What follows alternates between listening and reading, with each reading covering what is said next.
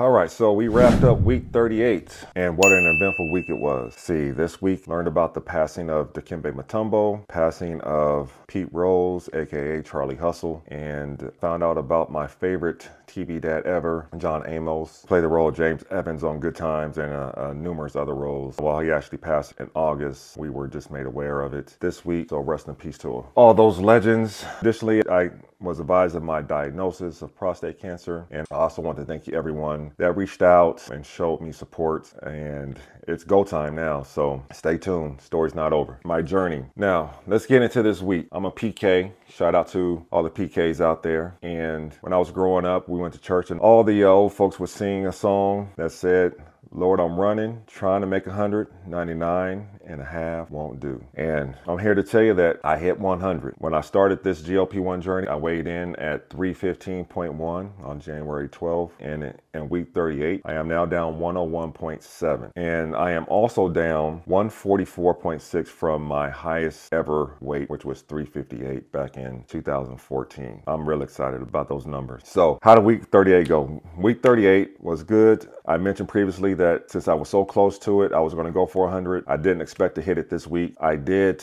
go back to Big Boy 10, or as I call it, Mac 10 or Mac 10, because it was a gangster dose for me. And when I weighed in last week, I was 217.7. And I weighed in yesterday, my official weigh-in day, and my number was 213.4. So I lost 4.3 pounds by going back up to 10, which is crazy to think about because I didn't really notice any difference between 7.5 and 10 in terms of food noise, hunger suppression, satiation, or anything of that nature. And I followed the same patterns. I ate the same amount of food, but there's something to the fact that the higher dose is regulating a dysfunction in my body in relations to a hormonal imbalance that allows my metabolism to operate more efficiently and let me release these LBs. So whatever it is, I don't have any scientific evidence of that, but it seems that that is the case because at 5 and 7.5, I was holding on to this additional weight. And as soon as I go back to 10, I just dropped 4.3 out the blue. And I actually had dropped down to 212 at one point. But as the week goes on, I think the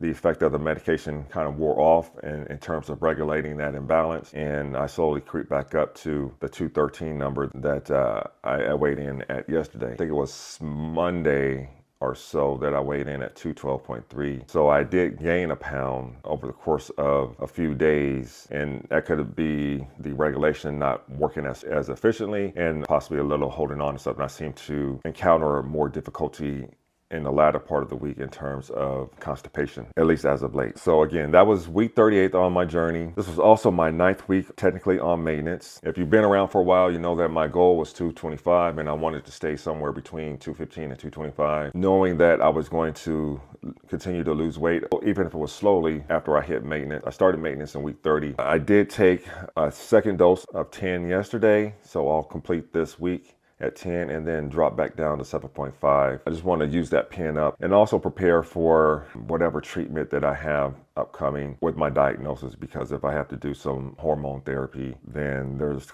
potentially going to be some weight gain from that. So just planning ahead a little bit. So if I can knock off a few more pounds before going back to 7.5, I'll take that route. So overall, I am down 32.3% from my starting weight on this GLP-1 journey.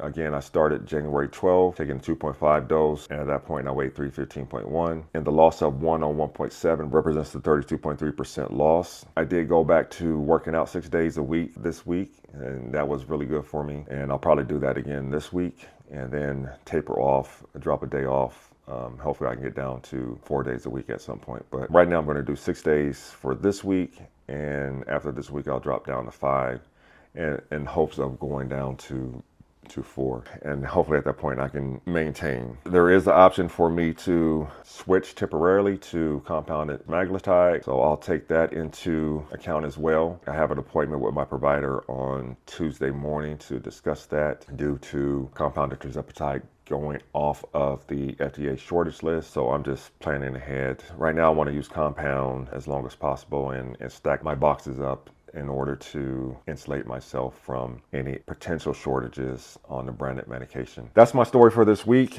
Again, I appreciate all of you reaching out and sharing your words of support, your prayers and whatnot. I'm so thankful for this community and the support that it provides me and the strength and motivation that it provides me to press on. So I'm ready. So let's go. I hope everyone has a great weekend. I'll talk to you later. Bye.